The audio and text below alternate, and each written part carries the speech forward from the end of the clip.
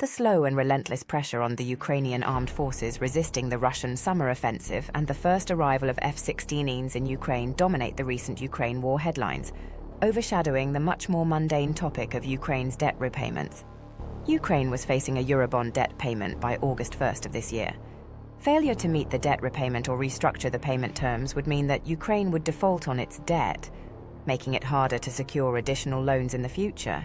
Ukraine would face a complication, but it wouldn't be catastrophic, as it would necessitate more direct economic payments from the West to Ukraine than they have already committed.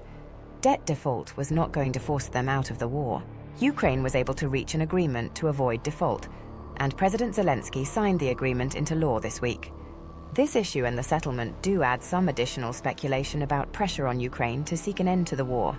A flurry of activity unrelated to the debt issue ties into reaching a settlement and its potential implications for the war's future.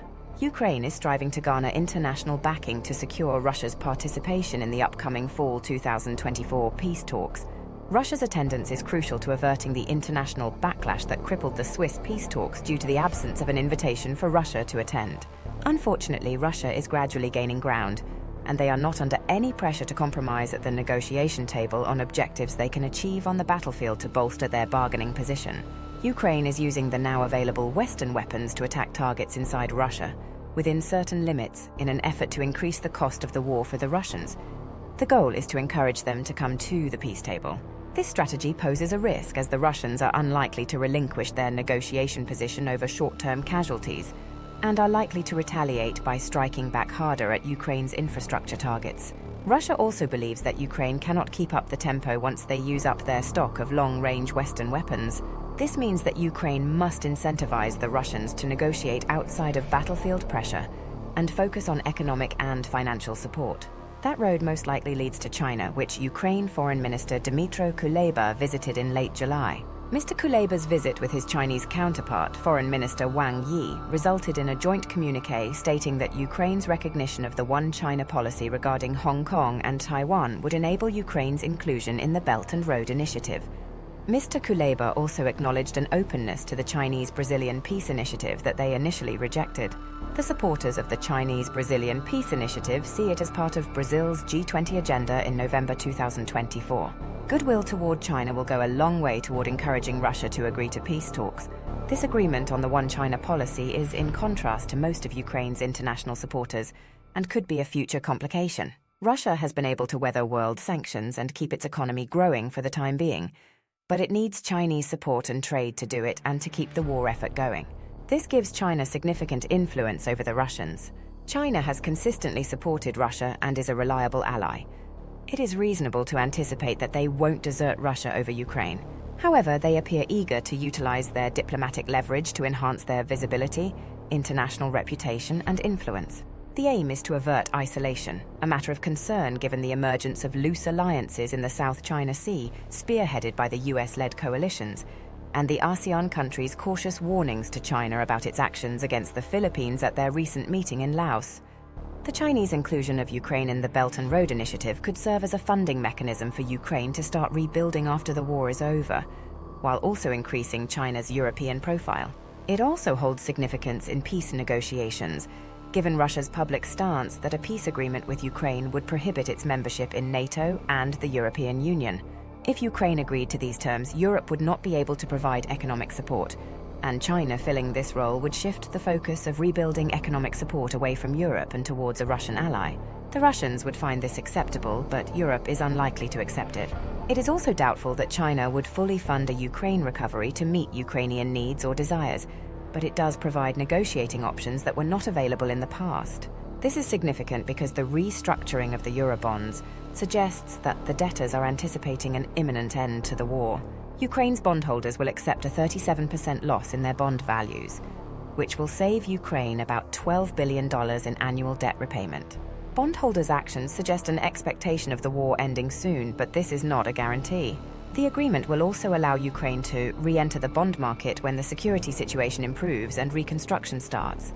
The stakeholders' optimism was most likely a byproduct of their debt negotiations with the Ukrainian government, which must have given some form of assurance that there is a realistic chance for peace in the near future. In the United States, the November elections weigh on both China and Ukraine, Ukraine fears the Trump administration's pressure on all warring parties to sign a deal to end the war. While the plan lacks specific details, the former president's expressed serious intent to end the war clearly signals a departure from the current administration's policies. The Chinese are concerned because they want to avoid a Trump presidency and would like to give Biden-Harris a foreign policy win to help their election prospects. This is a double-edged sword because a Harris win will most likely mean a continuation of the alliances forming in Asia to counter China.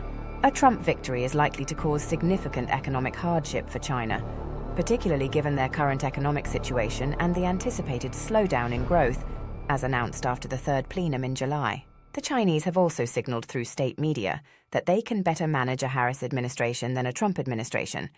This is most likely true, as the current Biden administration's actions in the Western Pacific are largely a reaction to China's aggressive territorial claims.